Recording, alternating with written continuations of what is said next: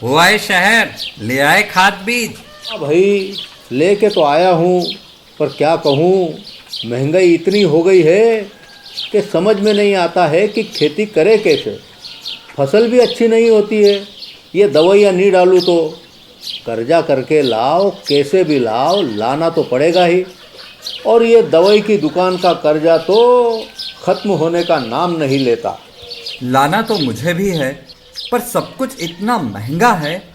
कहाँ से लाऊं, किससे खरीदूं, किसके पास सही दामों में मिलेगा और क्वालिटी उत्पाद भी मिलेगा या नहीं। अपनी फसलों की सही दवाओं के लिए दूर दूर तक शहरों में जाना और दवाओं को लाना पड़ता है।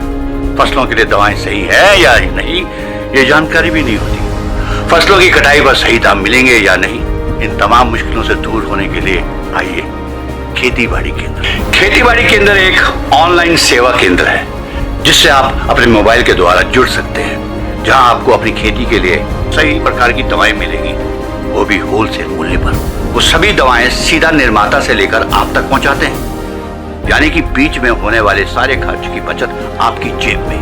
साथ ही साथ दवाओं को लाने और ले जाने की झंझट से भी छुटकारा। अपनी मुश्किलों को दूर करने के लिए आप खेती बाड़ी केंद्र पर एक मिस कॉल करें। खेती बाड़ी केंद्र का किसान मित्र आपसे तुरंत संपर्क करेगा और आपको सभी जरूरी जानकारी देगा। खेती बाड़ी केंद्र की फ्रेंचाइजी लेकर खेती बाड़ी मित्र बनिए और किसानों की सेवा कर देश की तरक्की में भागीदार बने। आज ही संपर्क करें नीचे दिए गए नंबर पर और खेती बाड़ी केंद्र से जुड़े। ये है खेती बाड़ी केंद्र ऐप। अच्छा, किसानों की सरदारी, उन्नत खेती बाड़ी। खेती बाड़ी केंद्र, देश के अन्नदाता की दुकान। राजस्थान में कांग्रेस के बागी विधायकों की याचिका पर आज भी हुई सुनवाई। राज्य के मुख्यमंत्री अशोक गहलोत ने बुलाई कांग्रेस विधायक दल की बैठक में राज्य के सियासी हालातों को लेकर होगी चर्चा।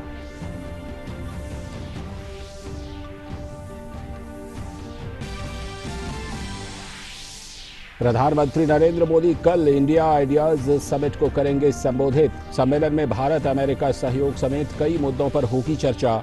साथ ही महामारी के बाद वाली दुनिया में दोनों देशों के संबंधों के भविष्य पर भी होगा विचार। भाजपा ने कांग्रेस के पूर्व अध्यक्ष राहुल गांधी पर साधा निशाना। केंद्रीय मंत्री प्रकाश जावड़ेकर ने कोरोना के खिलाफ जंग में गिनाई सरकार की उपलब्धियां। राहुल गांधी पर वीर कोरोना योद्धाओं और देश की जनता का अपमान करने का लगाया आरोप।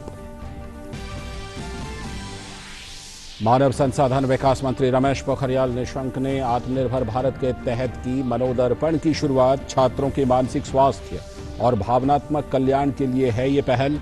कहा, मनोदर्पण में छात्रों के मानसिक स्वास्थ्य पर फोकस।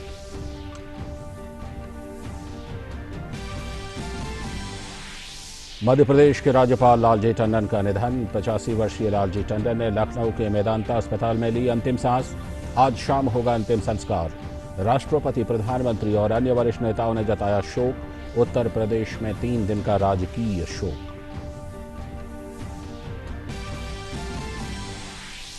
भारत में पिछले 24 घंटों में विभिन्न प्रयोगशालाओं में हुए 3,33,000 से भी ज्यादा टेस्ट। 23 राज्यों और केंद्र शासित प्रदेशों का राष्ट्रीय औसत की तुलना में प्रति 10 लाख पर ज्यादा टेस्ट। अब तक 7,24,000 से भी ज्यादा मरीजों ने दी कोविड-19 को मात।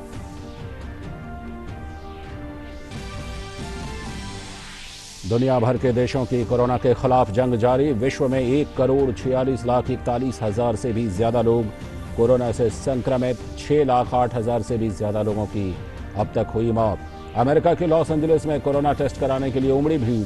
फ्लोरिडा में लगातार छठे दिन भी संक्रमण के 10,000 से भी ज्यादा मामले आए सामने।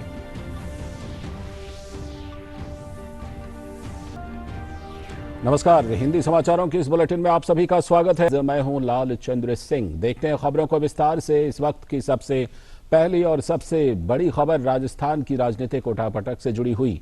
उच्च न्यायालय राज्य के पूर्व मुख्यमंत्री सचिन पायलट और कांग्रेस के 18 अन्य बागी विधायकों पर दायर याचिका पर सुनवाई आज भी उच्च न्यायालय में हुई। याचिका में पायलट और इन 18 विधायकों को राज्य विधानसभा अध्यक्ष की ओर से अयोग्य करार देने संबंधी नोटिस जारी करने को चुनौती दी गई थी। 2 स्वतंत्र पक्षकारों की ओर से इसी मामले में लगाई गई याचिका पर 2 बजे आज सुनवाई होगी। इसके बाद अदालत इस मामले में अपना फैसला सुना सकती है।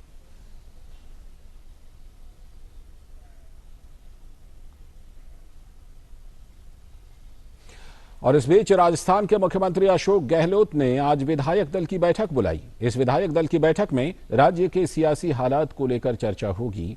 साथ ही विधानसभा का सत्र बुलाने की तैयारी पर भी रणनीतिक बातचीत हुई।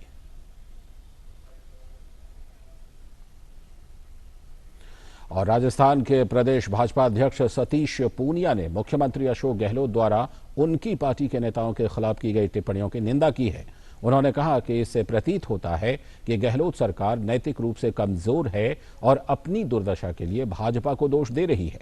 उन्होंने ये भी स्पष्ट किया कि वो पार्टी के कार्यों के संबंध में दिल्ली जाते हैं, लेकिन ना तो मानेसर गए और ना ही किसी असंतुष्ट कांग्रेस विधायक से मिले।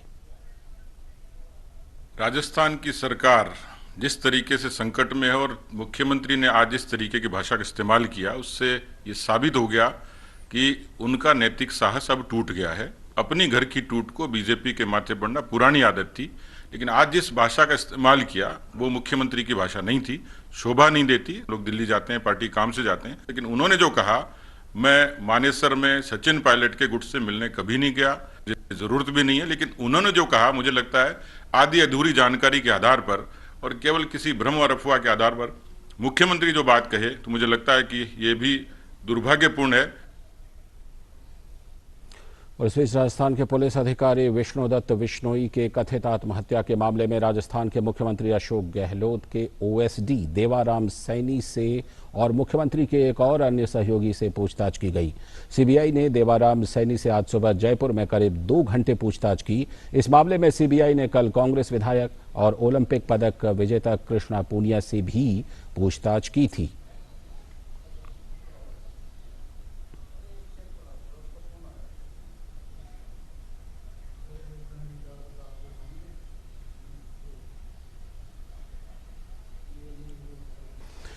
बढ़ते हैं दूसरी बड़ी खबर की तरफ। प्रधानमंत्री नरेंद्र मोदी कल इंडिया आइडियाज समिट में मुख्य भाषण देंगे। ये शिखर सम्मेलन अमेरिका भारत व्यापार परिषद द्वारा आयोजित किया जा रहा है। इस साल परिषद के गठन की 45वीं वर्षगांठ मनाई जा रही है। इस साल इस सम्मेलन की थीम है एक बेहतर भविष्य का निर्माण। इस बैठक में भारत और अमेरिकी सरकार के नीति निर्माता, शीर्ष अधिकारी, व्यापार और समाज के कई विचारक भी शामिल होंगे। सम्मेलन को विदेश मंत्री एस जयशंकर, अमेरिकी विदेश मंत्री माइक पॉम्पियो, संयुक्त राष्ट्र में अमेरिका के पूर्व राजदूत निकी हेली भी संबोधित करेंगे। इस शिखर सम्मेलन में भारत अमेरिका सहयोग और कोरोना महामारी के बाद की दुनिया में दोनों देशों के संबंधों पर चर्चा होगी।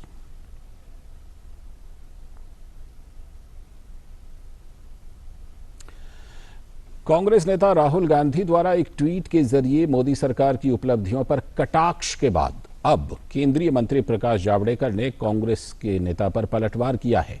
जावड़ेकर ने राहुल को करारा जवाब देकर बड़ा निशाना साधा है। केंद्रीय मंत्री ने कोरोना के खिलाफ लड़ाई में देश की उपलब्धियों को बताया। उन्होंने कहा कि राहुल गांधी वीर कोरोना योद्धाओं और देश की जनता का अपमान कर रहे हैं। साथ ही केंद्रीय मंत्री ने शाहीन बाग से लेकर राजस्थान में कांग्रेस के सियासी संकट पर भी राहुल गांधी को घेरा।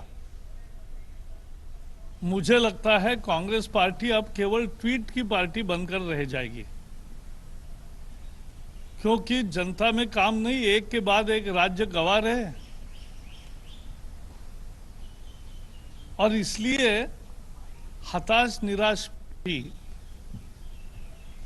सरकार पर कुछ भी प्रहार करने की चेष्टा कर रही है, वो सफल नहीं होंगे। और प्रकाश जावड़ेकर ने कांग्रेस पार्टी पर बिना किसी आधार के ट्वीट करने का आरोप लगाया। उन्होंने ट्वीट किया फरवरी से जुलाई तक क्या किया, तो हम भी उनको जरा हिसाब बताते कि राहुल बाबा 6 महीने की आपकी उपलब्धि क्या है। फरवरी में शाहीन बाग और दंगे, मार्च में सिंधिया और मध्य प्रदेश गंवाना, अप्रैल में श्रमिकों को उकसाना, मई में ऐतिहासिक हार की 6ठी वर्षगांठ, जून में चीन की वकालत और जुलाई में राजस्थान में पार्टी तबाह। तो यही आपका काम चल रहा है। अगली खबर, छात्रों को मानसिक स्वास्थ्य और भावनात्मक कल्याण से जुड़ी सलाह देने के लिए मानव संसाधन विकास मंत्री रमेश पोखरियाल निशंक ने आज मनोदर्पण पहल की शुरुआत की। ये पहल छात्रों, शिक्षकों और अभिभावकों के लिए एक स्थायी मनोसामाजिक सहायता प्रणाली के रूप में काम करेगी। मनोदर्पण की शुरुआत करते हुए मानव संसाधन विकास मंत्री ने कहा कि आत्मनिर्भर भारत अभियान के तहत इस पहल को शुरू किया गया है। उन्होंने कहा कि मनोदर्पण पहल छात्रों, शिक्षकों, अभिभावकों और आम लोगों को ताकत देने के लिए है। निशंक ने कहा कि मनोदर्पण के तहत छात्र चिकित्सकों और मनोवैज्ञानिकों से संवाद कर सकते हैं। दुनिया जब कोरोना का महासंकट आया है और उस महासंकट के दौर से गुजरती पूरी दुनिया कहीं न कहीं किसी न किसी परिस्थिति को झेल रही है और ऐसे में स्वाभाविक है कि ये जो दबाव है, ये तनाव है, ये जो वातावरण है, ये मनुष्य को परेशान करने के लिए इस समय उपस्थित हुआ है और इसलिए इसके सामने चुनौती के रूप में हमको इसको स्वीकार करना है। ये मनोदर्पण ये आपको ताकत देने के लिए है। मेरे अभिभावक, मेरे छात्र, मेरे अध्यापकगण और आम आदमी ये इससे ताकत ले सकता है, क्योंकि हमारी ये कहावत है, मन के जीते जीते हो, मन के हारे हार। जो व्यक्ति मन से हार गया वो जिंदगी में हार जाता है। जिसका मनोबल बड़ा है वो विपरीत मौत को भी पार कर देता है, विपरीत परिस्थितियों में भी अपना मार्ग निकालता है। और अब कोरोना महामारी से जुड़ी खबर। देश भर में कोरोना वायरस संक्रमण का इलाज करवाकर 7.25 लाख के करीब मरीज ठीक हो चुके हैं। स्वास्थ्य मंत्रालय के द्वारा जारी ताज़ा आंकड़ों के अनुसार अब तक 7,24,577 मरीज ठीक हो चुके हैं। देश में कोरोना से मरीजों के ठीक होने की दर 62.72% हो गई है। वहीं सक्रिय मामलों की संख्या 4.02 लाख से ऊपर हो गई है। अब तक देश में कोरोना संक्रमण से 28,084 लोगों की मौत हुई है। इस तरह देश में कोरोना से होने वाली मृत्यु दर 2.43% है। और देश में कोरोना वायरस संक्रमित मरीजों के नमूनों की जांच प्रति 10 लाख जनसंख्या पर 10,000 से ज्यादा हो गई है। यानी कि देश में प्रति 10 लाख की आबादी पर 10,000 टेस्ट से ज्यादा टेस्ट अब हो रहे हैं। साथ ही सरकार ने कहा कि देश के 23 राज्यों और केंद्र शासित प्रदेशों में प्रति 10 लाख की आबादी पर हो रही टेस्टिंग का आंकड़ा राष्ट्रीय औसत से ज्यादा है। ICMR के ताजा आंकड़ों के अनुसार कल पूरे देश में 3,33,395 कोरोना नमूनों की जांच हुई। इसके साथ ही अब तक देश में कुल मिलाकर 1,43,81,303 नमूनों की जांच हो चुकी है। देश में TPM यानी कि टेस्टिंग पर मिलियन का आंकड़ा 10,000 के पार कर गया है। RT-PCR टेस्ट के अलावा rapid antigen point of care test के कारण भी देश में कोरोना नमूनों की जांच में गति आई है। अभी पूरे देश में 892 सरकारी और 382 निजी लैब मिलाकर कुल 1,274 लैब में टेस्टिंग का काम चल रहा है, जिस कारण कोरोना टेस्टिंग के आंकड़ों में बढ़त देखने को मिल रहा है। देश भर में कोरोना वायरस संक्रमण का इलाज करवाकर 7.25 लाख के करीब मरीज ठीक हो चुके हैं। स्वास्थ्य मंत्रालय के द्वारा जारी ताज़ा आंकड़ों के अनुसार अब तक 7,24,577 मरीज ठीक हो चुके हैं, तो वहीं सक्रिय मामलों की संख्या 4.02 लाख से ऊपर हो गई है। मरीजों के ठीक होने की दर 62.72% हो गई है और देश में कोरोना संक्रमण से अभी तक 28,084 लोगों की मौत हो गई है। इस तरह कोरोना से होने वाली मृत्यु दर 2.43% है।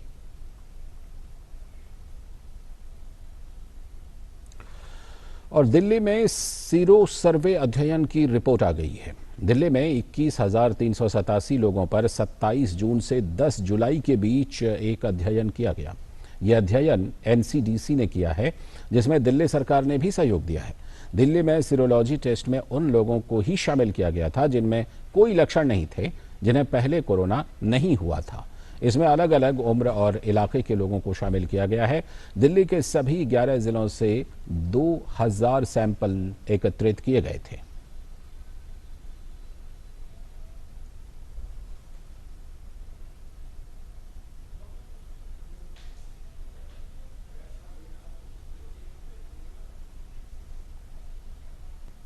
और अब बात दुनिया भर में कोरोना के हालात की, जहां ये महामारी लगातार फैलती ही जा रही है। पूरे विश्व में इस वक्त 1,46,41,000 से भी ज्यादा लोग कोरोना से संक्रमित हैं और 6,08,000 से भी ज्यादा लोग इस महामारी की चपेट में आकर अपनी जान गंवा चुके हैं। अमेरिका इस वायरस के संक्रमण से प्रभावित देशों की सूची में सबसे ऊपर है और यहाँ 38,23,000 से भी ज्यादा लोग कोरोना से संक्रमित हैं और 1,40,000 से भी ज्यादा लोगों की कोरोना की वजह से मौत हो चुकी है। देश के कुछ राज्यों में संक्रमण की रफ्तार स्थिर बनी रहने के बाद अब कोरोना के परीक्षणों में फिर से तेजी लाई जा रही है। कैलिफोर्निया के गवर्नर के संक्रमण के मामलों पर चिंता जताने के बाद लॉस एंजलिस में कोरोना टेस्ट कराने के लिए बड़ी संख्या में लोग जांच केंद्र पहुंचे। संक्रमण की स्थिर दर को खतरा मानते हुए प्रशासन की कोशिश है कि ज्यादा से ज्यादा लोगों का टेस्ट किया जाए ताकि सामुदायिक संक्रमण का खतरा कम हो सके। यही वजह है कि लॉस एंजलिस में काफी दूरी तक कोरोना जांच कराने के लिए कतारों में लगे लोग नजर आ रहे हैं। और इसी के साथ हिंदी समाचारों के इस बुलेटिन में फिलहाल इतना ही। ओ काका, हुआ है शहर, ले आए खाद बीज। हाँ भाई, लेके तो आया हूँ, पर क्या कहूँ, महंगाई इतनी हो गई है कि समझ में नहीं आता है कि खेती करे कैसे। फसल भी अच्छी नहीं होती है, ये दवाइयाँ नहीं डालूँ तो कर्जा करके लाओ, कैसे भी लाओ, लाना तो पड़ेगा ही। और ये दवाई की दुकान का कर्जा तो ख़त्म होने का नाम नहीं लेता। लाना तो मुझे भी है, पर सब कुछ इतना महंगा है, कहाँ से लाऊं, किससे खरीदूं, किसके पास सही दामों में मिलेगा और क्वालिटी उत्पाद भी मिलेगा या नहीं। अपनी फसलों की सही दवाओं के लिए दूर दूर तक शहरों में जाना और दवाओं को लाना पड़ता है। फसलों के लिए दवाएं सही है या नहीं, ये जानकारी भी नहीं होती। फसलों की कटाई पर सही दाम मिलेंगे या नहीं, इन तमाम मुश्किलों से दूर होने के लिए आइए खेती बाड़ी केंद्र। खेती बाड़ी केंद्र एक ऑनलाइन सेवा केंद्र है जिससे आप अपने मोबाइल के द्वारा जुड़ सकते हैं, जहां आपको अपनी खेती के लिए सही प्रकार की दवाएं मिलेंगी, वो भी होलसेल मूल्य पर। वो सभी दवाएं सीधा निर्माता से लेकर आप तक पहुंचाते हैं, यानी कि बीच में होने वाले सारे खर्च की बचत आपकी जेब में। साथ ही साथ दवाओं को लाने और ले जाने की झंझट से भी छुटकारा। अपनी मुश्किलों को दूर करने के लिए आप खेती बाड़ी केंद्र पर एक मिस कॉल करें। खेती बाड़ी केंद्र का किसान मित्र आपसे तुरंत संपर्क करेगा और आपको सभी जरूरी जानकारी देगा। खेती बाड़ी केंद्र की फ्रेंचाइजी लेकर खेती बाड़ी मित्र बनिए और किसानों की सेवा कर देश की तरक्की में भागीदार बने। आज ही संपर्क करें नीचे दिए गए नंबर पर और खेती बाड़ी केंद्र से जुड़े। ये है खेती बाड़ी केंद्र ऐप। अच्छा, किसानों की सरदारी, उन्नत खेती बाड़ी। खेती बाड़ी केंद्र, देश के अन्नदाता की दुकान।